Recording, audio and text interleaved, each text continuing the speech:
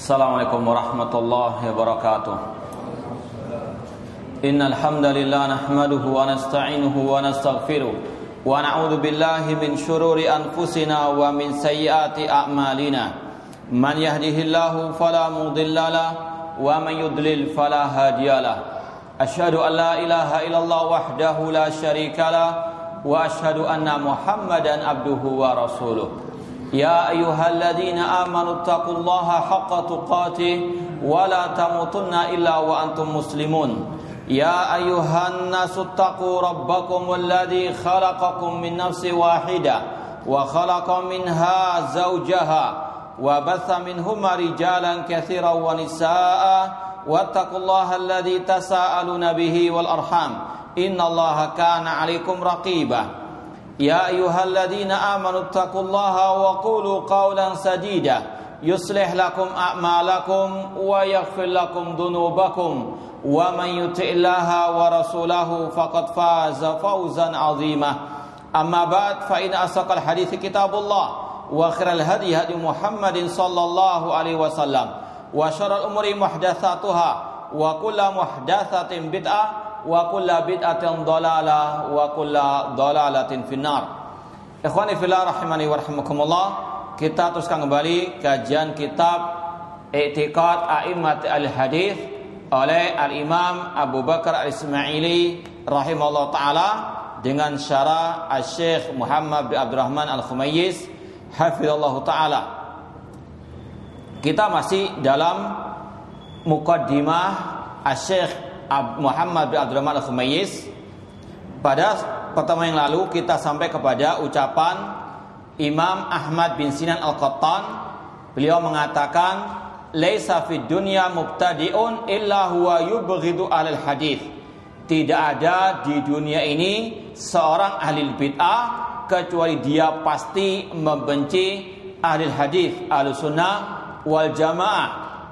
Faida ibtada rajul nuzi'a halawatul hadits min qalbihi. Apabila seseorang itu berbuat kebid'ahan, maka dicabut kelezatan al hadits dari hatinya.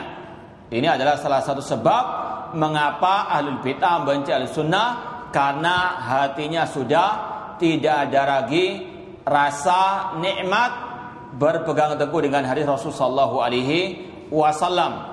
Maka dia benci kepada al-hadits as-sunnah dan juga benci kepada al-sunnah wal jamaah. Maka dari situlah kita harus tahu, harus waspada bahwasanya ahlul bid'ah bagaimanapun mereka, sebagaimana kata Imam Al-Barbahari, kal aqrab, seperti kala jengking, yadfanuna ru'usahum wa abdanahum. Kala jengking tersebut mendamkan, menyembunyikan kepala dan badannya di bawah tanah, namun yudhiruna adnabahum, namun mereka mempersiapkan, menampakkan ekor mereka. Kalau sudah ada kesempatan untuk menyengat, mereka akan menyengat orang yang melewatinya.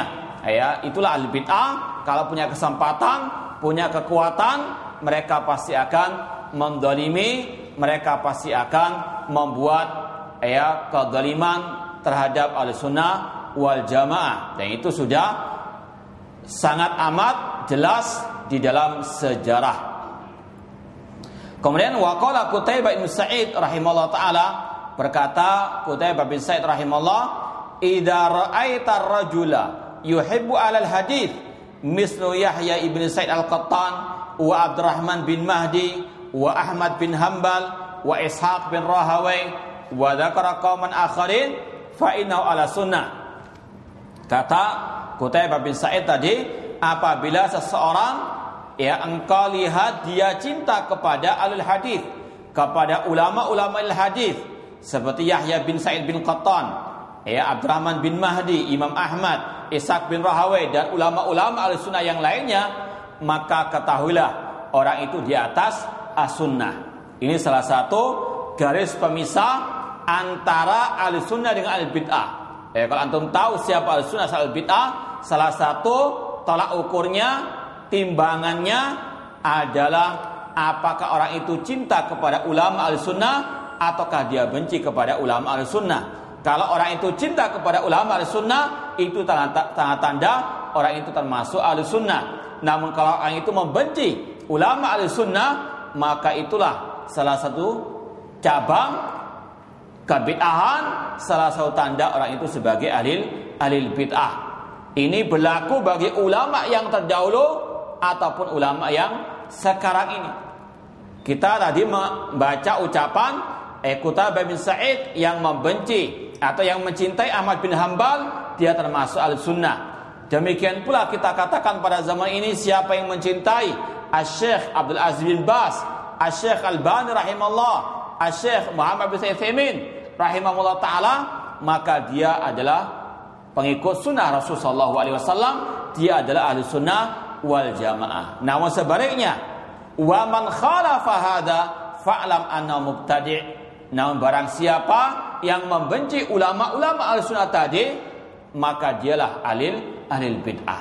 Demikian pula kita katakan yang membenci Syekh Abdul Aziz bin Baz, Asy-Syaikh Albani, Asy-Syaikh Muhammad bin Utsaimin rahimahullah taala, maka itulah ciri ahli bid'ah. Ini adalah salah satu sekali lagi metode untuk kita mengetahui siapa Ahlussunnah, siapa bid'ah. Itu adalah timbangan tolak ukur siapa Ahlussunnah, siapa ahlul bid'ah. Karena memang dalam Islam ada al-wala wal bara, cinta dan benci karena Allah Subhanahu wa taala. Kalau orang itu cintanya karena Allah, pasti dia cinta kepada para pengibar bendera sunnahnya Rasul sallallahu alaihi wasallam yang mereka berkhidmat untuk agama Allah Subhanahu wa taala. Dan dia pasti akan membenci orang-orang yang menyimpang dari ajaran Allah dan Ar-Rasul sallallahu alaihi wasallam. Rasul mengatakan awsaqul iman al-hubbu fillah wal bughdhu fillah. Sekuat-kuat tali keimanan, cinta karena Allah dan benci karena Allah Subhanahu wa taala. Karena orang itu membenci ulama Ahlussunnah, maka dia bencinya karena hawa nafsunya, bukan karena sunnah. Kalau seandainya cintanya karena Allah, bencinya karena Allah, maka dia akan cinta kepada ulama-ulama Ahlussunnah wal Jamaah. Kemudian kata Asy-Syaikh Muhammad bin Abdurrahman Al-Khumayyiz, wa juhudu ahli hadis fi nusrati sunnah wa hifdhiha wa dhabbi anha wa raddi ala ahli ahwa wal bid'ah katsiratun la yunkiruha illa mukabirun haqidun. Dan perjuangan ulama Ahlussunnah dalam membela sunnah, dalam menjaga sunnah, dalam membela sunnah, membantah ahli ahwa, para pengekor hawa nafsu, mengekor al-bid'ah, itu sangat luar biasa perjuangan mereka. Hidup mereka tidak bergelimangan dengan harta, namun hidup mereka untuk berjuang membela tauhid, membela sunnah Rasulullah sallallahu alaihi wasallam. Contoh yang paling konkret Imam Ahmad rahimahullah taala, bagaimana perjuangan beliau dalam membela akidah Ahlussunnah, yaitu akidah Al-Quran adalah kalamullah.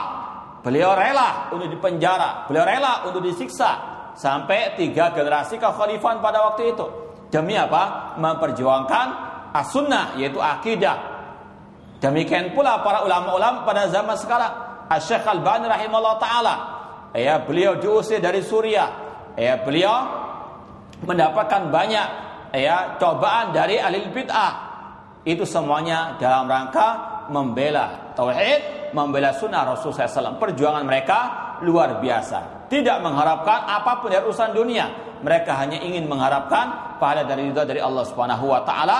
Wala uzaki ahadan minhum ba'dallah azza wa jalla. Intinya bahwasanya inilah Ahlussunnah wal Jamaah, ulama-ulama Ahlussunnah, perjuangan mereka luar biasa terhadap hadis Rasulullah SAW, terhadap akidah Ahlussunnah wal Jamaah. Bahkan mereka lebih mengutamakan jihad melawan pelaku kebid'ahan atau mereka-mereka yang melecehkan sunnah Rasulullah SAW dibandingkan untuk berjihad melawan orang-orang al-kufar.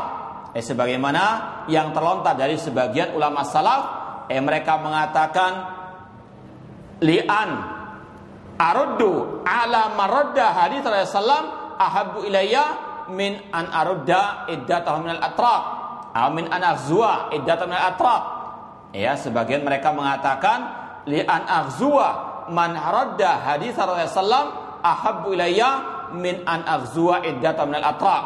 Ya, aku berjihad, berperang melawan mereka-mereka yang menolak atau yang menyimpang dari hadis Rasulullah SAW lebih aku cintai daripada aku memerangi orang-orang kafir tersebut. Apa sebabnya? Mungkin secara sepintas kok bisa demikian. Maka dijawab oleh para ulama, membantah, membongkar kedok kelompok-kelompok sesat atau orang-orang yang sesat dari kaum muslimin itu seperti seorang pedagang yang menjaga modal usahanya. Sedangkan menyerang orang kafir, memerangi orang kafir itu seperti pedagang mencari keuntungan. Dan dalam metode bisnis atau perdagangan, menjaga modal usaha lebih utama dibandingkan mencari apa? Keuntungan. Ya, dan kalau kita mau lihat sekarang ini, ya, terutama di medan jihad di Suriah, ya, kita mungkin bisa akan lebih jelas, ya, bahwasanya kaum mujahidin di Suriah, ya, mereka berjihad melawan orang-orang kafir, tentara-tentara kafir dari Bashar Assad dan yang sekarang dibantu oleh orang-orang komunis Suriah atau komunis Rusia, qatalahumullah. Ketika kaum muslimin, mereka sekarang ini tidak bersatu, apalagi dengan kemunculan ISIS yang tidak aneh kalau mereka dikatakan sebagai antek-antek Rusia dan juga antek-antek orang kafir Syiah Nusairat dan sebagainya untuk mereka menghadang laju kaum mujahidin. Dan kita turut berduka cita atas meninggalnya seorang panglima jihad di Suriah, seorang ahli sunnah wal jamaah, seorang da'i sekaligus mujahid as-salafi yang bernama Syekh Zahran Al-Lush, rahimahullah ta'ala. Semoga Allah Subhanahu wa taala menerima beliau sebagai syuhada atau salah satu syuhada sebagai penghuni surga Allah Subhanahu wa taala. Beliau termasuk alumni Universitas Islam Madinah. Setelah beliau lulus dari Universitas Madinah, beliau langsung terjun ke medan dakwah di Suriah. Kemudian beliau pun dipenjara oleh rezim Bashar Assad. Kemudian beberapa tahun yang lalu dikeluarkan dan beliau ikut bersama kaum mujahidin berperang melawan tentara kafir Bashar Assad, qatalahullah. Dan beliau pada hari Jumat yang lalu tanggal 25 Desember kemarin meninggal dunia. Insyaallah kita mengharap semoga Allah menjadikan beliau sebagai minasyuhada. Beliau dibombardir oleh tentara Rusia, qatalahumullah, yang katanya ingin untuk apa? Memerangi ISIS, padahal itu sekedar kedok belaka, inginnya mereka membantai kaum mujahidin. Maka ini adalah sandiwara kelas berat. ISIS dimunculkan agar orang kafir bisa menumpangi jihad di Rusia sana. Buktinya katanya Rusia mau membantai kaum ISIS, padahal yang dibantai adalah Ahlus Sunnah wal Jamaah. Di antaranya terbesar buktinya bagaimana dibantainya seorang panglima besar Ahlus Sunnah wal Jamaah yang dia sangat getol juga memerangi ISIS. Bahkan kalau kita lihat di berita di YouTube dan sebagainya, bagaimana ceramah-ceramah beliau membongkar kedok ISIS. Yang mana ISIS kata beliau tidak lain kecuali adalah orang-orangnya Bashar Assad. Karena apa? Beliau merasakan sendiri ketika kaum mujahidin masuk ke perkotaan, menang atas tentara Bashar Assad, ISIS pasti akan memerangi kaum mujahidin. Dan orang yang paling banyak dibenci oleh ISIS adalah beliau ini, Zahran Al-Lush rahimahullah ta'ala. Karena beliau di samping mendidik anak buahnya, tentara-tentaranya dengan akidah Ahlussunnah wal Jamaah, dengan tauhid. Kalau kita lihat ceramahnya, Masya Allah, salafi tulen. Itulah salah satu bukti salafi juga ikut berjihad kalau emang sudah datang waktunya. Beliau rahimahullah ta'ala meninggal dunia dikarenakan tadi konspirasi dari orang-orang kufar Rusia dan Nusairia, dan juga tidak menutup kemungkinan kelompok ISIS juga ikut andil dalam hal tersebut. Karena beliau termasuk yang getol memerangi ISIS dengan lisan, dengan al-ilmi wal bayan, dan juga dengan as-sayfi was-sinan. Berapa banyak orang-orang ISIS beliau usir dari beberapa tempat di Damaskus sana karena mereka membantai kaum muslimin. Intinya sekali lagi bahwasanya jihad itu akan betul-betul mulus jalannya kalau modalnya ini sudah dibetulkan dahulu. Seperti ISIS ini harus dikikis dulu. Karena ini seperti benalu yang akan membantai kaum muslim dari dalam. Orang yang waras akalnya pasti bisa mengetahui bagaimana kebejatan ISIS.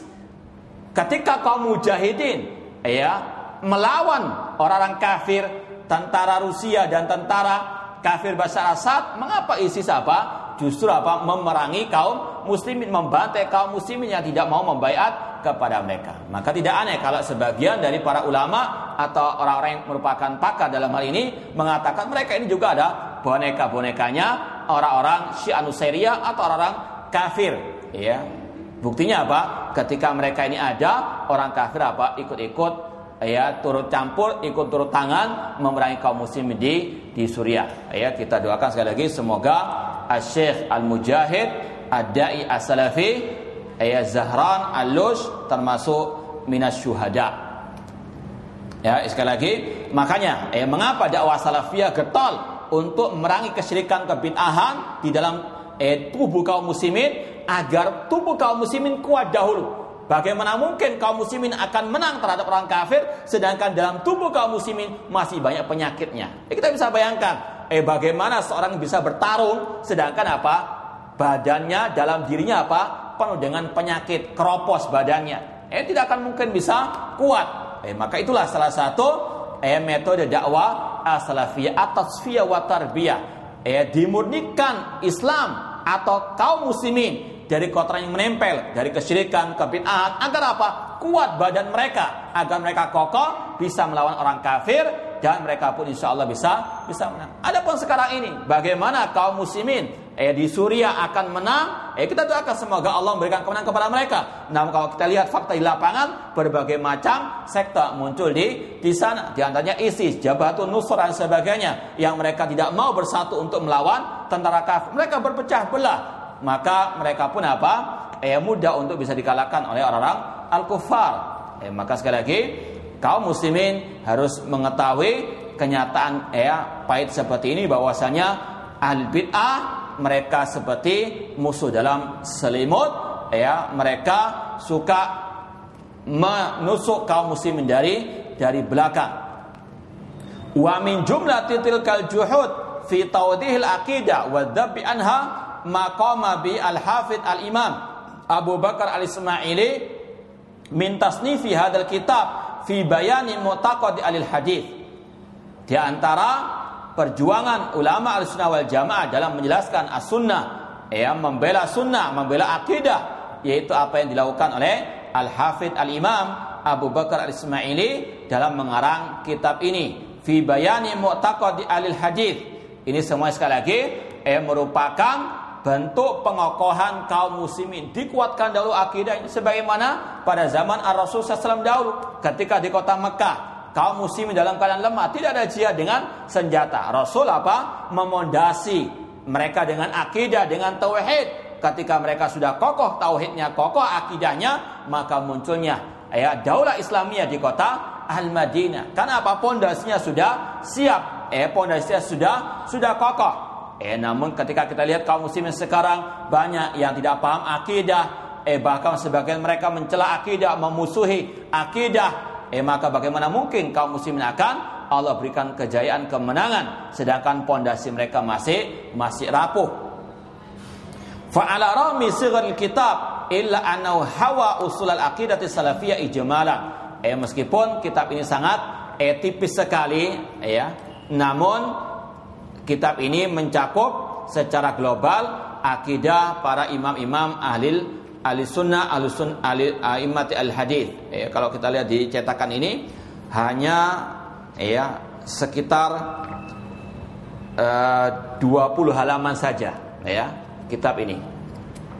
Adapun yang ini muqaddimah yang lebih banyak. Sebetulnya ada syarah ya, ada satu syarah yang sangat bagus sekali Syekh Ahmad Utsman namun tidak mungkin kita baca semua, insyaallah kita ambil sebagian daripada syarah tersebut. Sekitar mungkin berapa halaman, 500 halaman syarahnya. 20 halaman, syarahnya 500 halaman. Kemarin kita bawa, sekarang kita bawa. Insyaallah satu saat kita bawa lagi untuk antum tahu bahwasanya itulah ucapan ulama sunnah, sedikit namun barokah, sedikit namun maknanya luar biasa. Insyaallah kita tidak membaca semua dari syarat tersebut, kita insyaallah ambil hal-hal yang insyaallah penting menurut ijtihad kita. Yaitu muqaddimah dari Syekh Muhammad bin Abdurrahman Al-Khumayyiz hafizallahu taala. Sekarang kita masuk kepada pembahasan biografi singkat sang pengarang Al-Imam Abu Bakar Al-Ismaili rahimahullah ta'ala. Ini dalam rangka tak kenal maka tak sayang. Kita harus tahu siapa penulis kitab akidah atau i'tiqad a'immat al-hadis. Disebutkan di sini pada halaman 11, yang bawa kitab halaman 11, kita baca sebagiannya saja. Ismuhu wa nasabuhu wa kunyatuhu wa mauliduhu. Nama beliau, nasab beliau, kunyah beliau dan kelahiran beliau. Huwa Abu Bakrin Ahmad ibnu Ibrahim ibnu Ismail ibnu Abbas Al-Jurjani Al-Ismaili.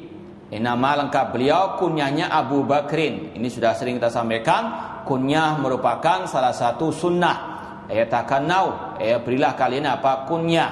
Dan kunyah itu, kunyah adalah nama yang didahului dengan kata-kata abu. Kalau untuk laki-laki, kalau untuk perempuan umum misalnya.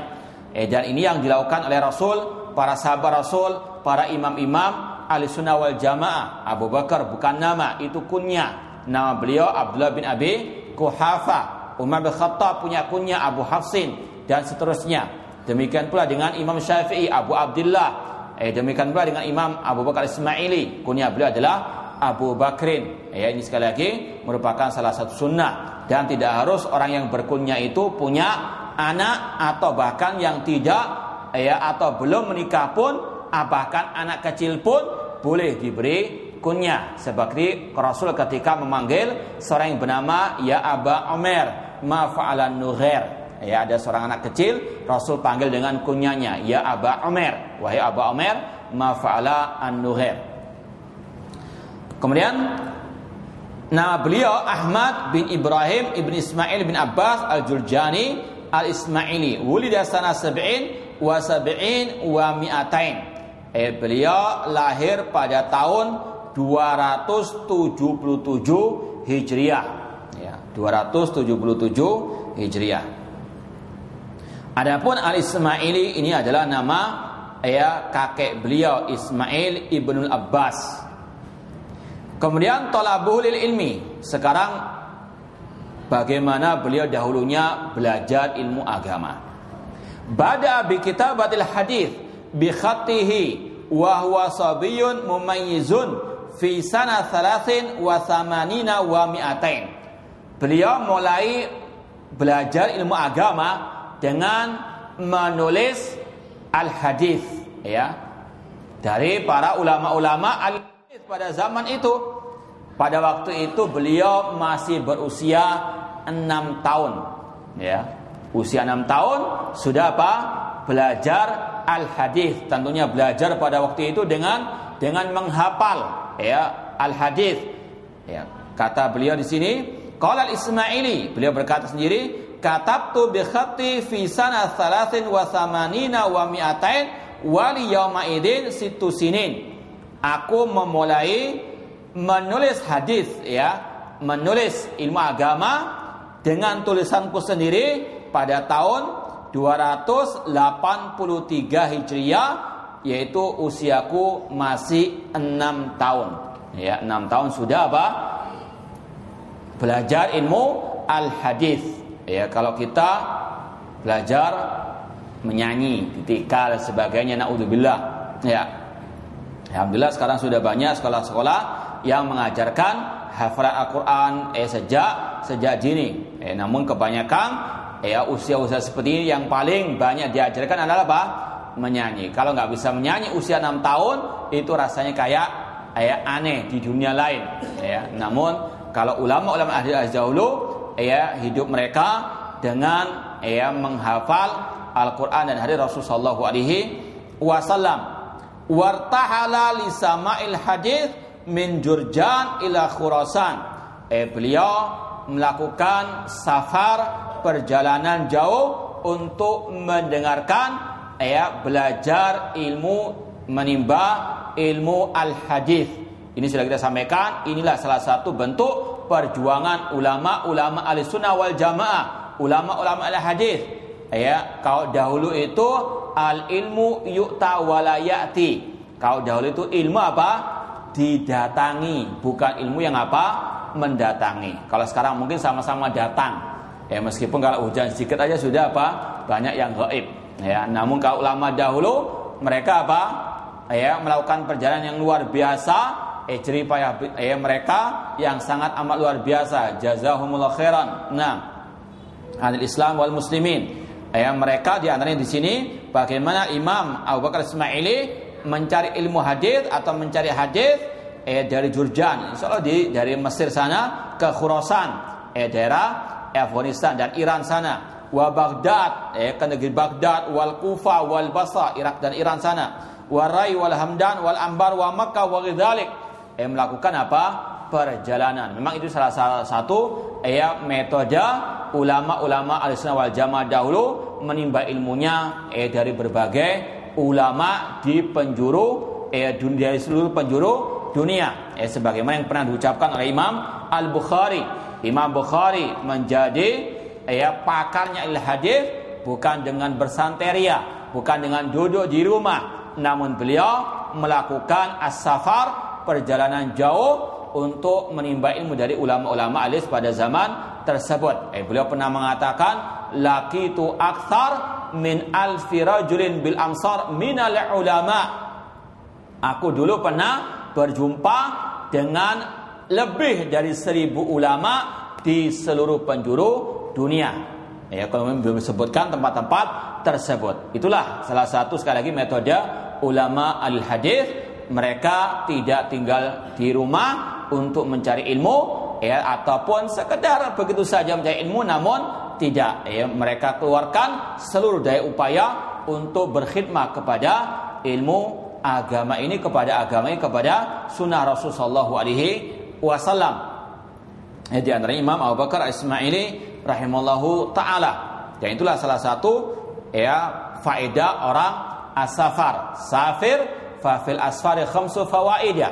Kata seorang penyair, safarlah, karena di dalam safar itu ada 5 faedah. Di antaranya al-ilmu, mendapatkan ilmu. Sekarang sana'ul ulama alaih, pujian ulama kepada al-Imam Abu Bakar Ismaili rahimahullah ta'ala. Qala anhu al-Hakim, Imam al-Hakim mengatakan, kanal Ismaili wahida asrihi. Imam Abu Bakar Ismail adalah wahid asrihi, artinya orang yang satu-satunya ulama pada zaman itu yang sekali berbeliau. Mungkin sekarang kita katakan seperti Syekh Al-Albani rahimahullah, kita katakan wahid asrihi fi ilmil hadis. Beliau adalah pakar ilmu hadis yang tidak ada duanya di zaman ini. Kemudian wa Syekhul Muhadditsin, beliau termasuk gurunya para ulama il-hadis. Wal fuqaha, gurunya para fuqaha. Wa ajallahum fir riasati wal muruati wasakha. Beliau adalah orang yang paling mulia dalam kedudukannya, dalam al-muru'ah, kewibawaannya, dan dalam kedermawanan beliau. Wa qala anhu as-Sam'ani, Imam as-Sam'ani berkata, imamu ahli Jurjan wal marju ilai fil hadith wal fiqh. Beliau termasuk imamnya penduduk Jurjan dan termasuk referensi dalam masalah ilmu al-hadis wal fiqh. Wa huwa ashhar min an yudhkar. Dan beliau itu sebetulnya lebih tersohor, terkenal dari apa yang disebutkan oleh manusia. Meskipun kita yakini para ulama-ulama tersebut tidak menginginkan ketenaran, ketersohoran, namun itulah janji Allah Subhanahu wa taala kepada para al-ulama, yarfa'illahu alladhina amanu minkum walladhina utul ilma darajat. Allah mengangkat derajat orang beriman di antara kalian dan yang diberi ilmu beberapa derajat. Narfa'u darajatin man nasya. Imam Abu Bakar Ismaili termasuk yang tersohor. Wa qala anhu adz-Dzahabi, Imam Dzahabi rahimahullah berkata, al-Imamul Hafidhu al-Faqih Syekhul Islam. Beliau adalah seorang imam, imam al-sunnah, imamnya para ulama, al-hafidh. Al-hafidh kalau zaman dulu itu yang hafal ribuan hadis. Kalau sekarang apa? Terlalu berlebihan. Orang hafal Al-Quran dikatakan apa? Al-hafidh fulan, al-ustadz al-hafidh. Ini jangan dibandingkan dengan al-hafidh Imam Najib Asqalani, al-hafidh Abu Bakar Ismaili, jangan. Ini sekarang ini ada gelar-gelar yang terlalu dilebih-lebihkan. Al-hafidh kalau zaman dahulu yang hafal ribuan al-hadis. Seperti kalau kita contohkan di negeri kita ini tidak ada yang sekaliber ulama-ulama itu Timur Tengah misalnya. Contoh yang pernah kita saksikan sendiri, Syekh Abdul Muhsin Al-Abbad Al-Badr misalnya, hafizallahu taala, ulama al-hadis di kota Al-Madinah. Beliau kalau mengajar al-hadis dulu waktu kita di sana, beliau mengajar Sunan Abu Dawud dan Sunan At-Tirmidzi. Ketika beliau mengajar kitab tersebut, kitab al-hadis, beliau tidak membawa buku, namun ada yang membacanya. Sang qari, doktor dari Universitas Madinah, membaca al-hadis berserta perawi-perawinya. Beliau pertama kali memulai dengan penjelasan para perawi-perawi tersebut. Dan ini kita bisa membayangkan, tidak mungkin. Coba antum saja, ana bacakan misalnya kitab ini, antum suruh mengulangi lagi, mensarah, tidak akan mungkin bisa. Namun beliau metodenya begitu. Ada yang membaca, beliau nggak bawa kitab. Ketika sudah selesai dibacakan, beliau mensarah. Tentunya apa? Dengan mengulangi nama-nama perawi, mengulangi matan isi hadis tersebut. Tidak mungkin kalau tidak apa? Tidak hafal. Apalagi kalau kita perinci lagi. Ketika beliau menjelaskan nama-nama perawi, misalnya Haddatsana Al-Qanabi, dalam Sunan Abi Dawud ada kata-kata misalnya Haddatsana Al-Qanabi, menceritakan kepada kami seorang yang bernama Al-Qanabi. Al-Qanabi ini adalah nisbah. Nama aslinya adalah misalnya Abdullah bin Maslamah. Dijelaskan siapa dia ini, dikeluarkan, diriwayatkan oleh siapa, yang Bukhari, Muslim atau siapa. Beliau sebutkan thiqah rawahu fulan wa fulan. Kemudian Sufyan, siapa Sufyan? Sufyan Uyainah, Sufyan Tsauri, disebutkan siapa yang mengeluarkan beliau dari kitab-kitab al-hadis. Sampai kepada sahabat Rasulullah sallallahu alaihi wasallam. Beliau terus begitu. Kalau mungkin satu hari 10 hadis, itu yang beliau jelaskan dengan apa? Hafalan beliau luar biasa. Itu pun masih apa? Belum bisa digelari dengan al-hafidh. Namun di Indonesia ini murah gelar tersebut, al-hafidh fulan, al-ustadz al-hafidh. Padahal al-hafidh kalau gelar dulu ini bagi para ulama-ulama yang sudah mumpuni, menguasai, bukan hanya sekadar menghafal, namun menguasai ilmu al-hadis. Di antara Imam Abu Bakar Ismaili rahimahullah taala. Wa qala fi mawdi'in akhar, al-Imamul Hafidh As-Sabat Syekhul Islam. Beliau dikatakan oleh Imam Az-Zahabi termasuk al-Imamul Hafidh As-Sabat, yang kokoh hafalannya, Syekhul Islam. Ini sudah tingkatan tertinggi dari tokoh agama, Syekhul al-Islam. Wa qala anhu As-Safadi, berkata Imam As-Safadi, al-Imam al-Faqih Asy-Syafi'i al-Hafidh. Imam Abu Bakar Ismaili ini termasuk ulama Asy-Syafi'iyah. Sebagaimana Abu Utsman As-Sabuni, pengarang kitab Aqidah Salaf Ashabul Hadis, mazhab beliau adalah mazhab dalam fikih Asy-Syafi'i. Maka bagi para pengikut mazhab Syafi'i selayaknya untuk apa? Menengok kembali kitab-kitab akidah ulama-ulama Asy-Syafi'iyah seperti Imam Abu Bakar Ismaili atau Abu Utsman As-Sabuni. Namun yang aneh, ya, madhab fikihnya Syafi'i, namun akidahnya Asy'ari. Ada apa dengan Imam Asy-Syafi'i? Kok mereka tidak mengambil apa? Akidahnya Imam Asy-Syafi'i. Ini diantara apa keajaiban dunia. Ya, kalau mereka betul-betul konsisten di atas madhab Syafi'i, ambil akidahnya Imam Syafi'i. Di antaranya juga apa? Sudah pernah kita sampaikan akidah Imam Syafi'i rahimahullah taala yang dinukilkan oleh murid-murid beliau, atau mengambil akidahnya ulama-ulama Asy-Syafi'iyah seperti Imam Abu Bakar Ismaili atau Al-Imam Abu Utsman As-Sabuni rahimahullah taala. Wa qala anhu al-Atabaki al-Hafidh kana imaman tafal bilad wa laqiya syuyukh. Beliau adalah seorang al-Hafidh, imam, dan beliau itu tafal bilad, keliling apa? Dunia. Ini salah satu sekali lagi rahasia mengapa Imam Abu Bakar Ismail dan juga ulama-ulama yang lain mereka berhasil dalam masalah apa? Mendalami ilmu agama. Karena betul-betul mengerahkan semua daya upaya mereka untuk mendapatkan ilmu agama tersebut. Seperti tadi Imam Al-Bukhari, beliau sebagai Amirul Mukminin fil hadis, pakarnya al-hadis, beliau apa? Keliling dunia untuk menimba ilmu daripada ulama-ulama ahli al-hadis, sehingga beliau pun menjadi ulama pakar ahli al-hadis. Demikian pula Imam Abu Bakar Ismaili rahimahullah taala walaqiya syuyukh, dan menimba ilmu dari berbagai macam para ulama, terutama ulama-ulama ahli sunnah wal jamaah.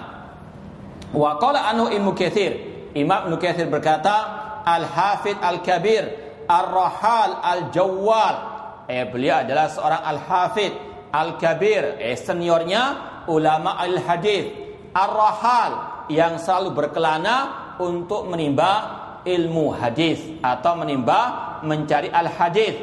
Bukan seperti sebagian jamaah dakwah yang ada sekarang keliling dunia untuk apa? Dakwah, padahal jahil terhadap ilmu agama. Baru tobat diajak khuruj 3 hari, 4 hari, mungkin sebulan tanpa apa? Al-ilmu dhalla wa adal, sehingga sesat dan apa? Menyesatkan. Kalau dulu ulama rahal berkelana untuk apa? Belajar. Kalau sekarang apa? Sebelum belajar berdakwah. Ini yang menyelisih metode para ulama ahli hadis. Sami al-katsira, beliau banyak mendengarkan al-hadis dari para ulama-ulama tersebut. Wa haddatsa, kemudian beliau pun apa? Menyampaikan ilmu hadis atau hadis tersebut. Wa kharraja wa sannafa fa afada, beliau pun mengarang kitab-kitab terutama juga tentang masalah hadis. Fa afada, beliau memberikan banyak faedah kepada umat. Wa ajada wa asal al-intiqad wal i'tiqad, dan sungguh baik apa yang beliau telah perbuat terhadap umat Islam dengan beliau mengarang kitab-kitab. Insyaallah itu termasuk apa? Ilmun yuntafa'u bih, ilmu yang bermanfaat yang pahalanya terus mengalir kepada sang penulis. Kalau kita misalnya membaca kitab beliau ini, kita mendapatkan faedah ilmu, insyaallah itu akan menjadi apa? Pahala yang mengalir kepada beliau meskipun beliau sudah meninggal dunia. Kemudian kata beliau, wa ahsanal i'tiqad, i'tiqad beliau itu sangat baik di atas Al-Quran dan Sunnah Rasulullah SAW.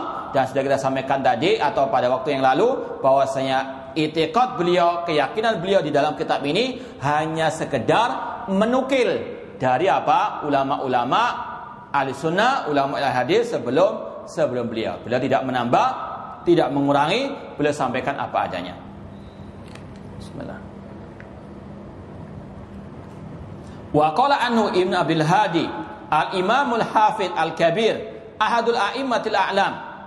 Semuanya menggelari beliau sebagai al-imam. Dari sini kita tahu bahwasanya memang layak untuk kita apa? Menimba ilmu dari Imam Abu Bakar Ismaili, karena beliau sudah mendapatkan rekomendasi dari berbagai macam atau dari para al-ulama. Al-Imamul Hafidh al-Kabir ahadul a'immatil a'lam kabir Syafi'iyah binahiyatihi.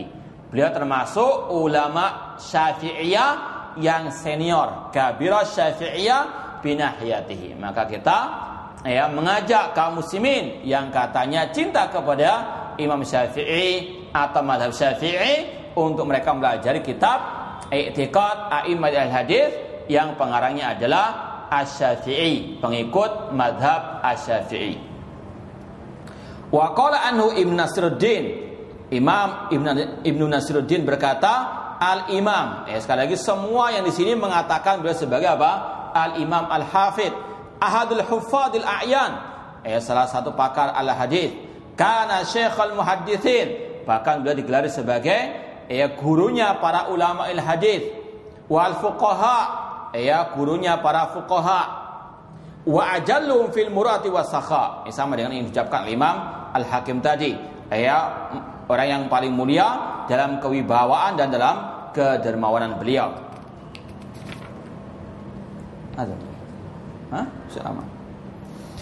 Dari sini kita sudah katakan tadi, maka sungguh layak untuk kita mempelajari akidah Imam Abu Bakar Ismaili, karena beliau telah mendapatkan rekom dari para ulama-ulama alil hadis setelah beliau. Dan ini adalah metode yang wajib untuk kita pegang, bahwasanya tidak boleh kita sembarangan menimba ilmu agama. Sebagaimana pesan para ulama salaf terdahulu seperti Muhammad bin Sirin, inna hadzal ilma dinun fanduru amman ta'khuduna dinakum. Ilmu agama ini adalah ilmu agama itu sendiri, maka perhatikanlah dari siapa Anda mengambil ilmu agama. Apakah dari al-sunnah, dari orang jahil, atau al-bid'ah? Perlu untuk kita teliti dahulu. Jangan asal menimba ilmu, baik di majelis ilmu, di halaqah ta'lim, atau kitab-kitab, atau majalah, atau sekarang makalah-makalah di dunia maya atau di media sosial. Harus kita selektif. Tidak semua bisa kita ambil, tidak semua layak untuk kita baca. Kita teliti siapa penulisnya. Kalau penulisnya dari sunnah, silakan kita baca.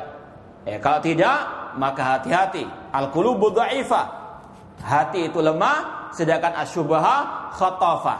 Syubhat itu cepat untuk menarik hati manusia. Maka sekali lagi, kita perlu untuk mengetahui siapa pengarang kitab yang akan kita baca, siapa guru yang akan kita ambil ilmunya, agar kita tidak tersesat dalam mencari kebenaran. Asyar musannafatihi, adapun karangan-karangan beliau yang sangat amat terkenal, Musnad Umar bin Khattab, ini tentang masalah al-hadis. Wa qala An-Nudzabi yaqa fi mujalladain. Kitab tersebut ada dalam 2 jilid. Al-Mustakhraj ala Sahih, qala An-Nudzabi yaqa fi 4 mujalladat, yang berjudul Al-Mustakhraj ala Sahih. Ini masih dalam masalah ilmu hadis. Ini 4 jilid, kata beliau. Kitabul Mu'jam Tubi'a bi tahqiq Dr. Zayyad bin Mansur wa yaqa fi mujalladain Al-Awali wal Faraid, dan seterusnya. Kemudian Asyar Suyukhihi, di antara guru-guru beliau yang terkenal, ini terkenal menurut para ulama. Kalau kita nggak ada yang kenal semua ini. Ibrahim bin Zuhair Al-Halwani, Ahmad bin Ali bin Musanna Al-Musili, ada yang kenal? Karena kita sangat jarang bergumul dengan para ulama-ulama tersebut. Kita banyak kenal para politikus, kenal orang-orang yang naudzubillah. Nah, adapun murid beliau sangat banyak, di antaranya Abu Bakar Ahmad bin Muhammad bin Ghalib Al-Balqani Al-Khawarizmi, Ahmad bin Abdurrahman Asy-Syirazi, dan seterusnya. Ini disebutkan ada 15. Wafatuhu tufi Abu Bakar Ismaili sana 71 wa 300. Beliau meninggal dunia pada tahun 371 Hijriah, pada waktu usia Ibnu Arba'in wa Tis'ina sana. Usia beliau pada waktu meninggal 94 tahun, hampir seabad usia Abu Bakar Al-Ismaili rahimallahu taala. Berapa menit? 4 menit. Mungkin itu yang bisa kita sampaikan pada kesempatan yang berbahagia ini. Insyaallah pada minggu depan kita akan memulai membacakan kitab I'tiqad A'immatil Hadits, insyaallah dengan sedikit bantuan dari syarah yang kita sampaikan tadi. Allahu ta'ala aqulu qouli hadza wa akhiru da'wana alhamdulillahi rabbil alamin. Wassalamualaikum warahmatullahi wabarakatuh.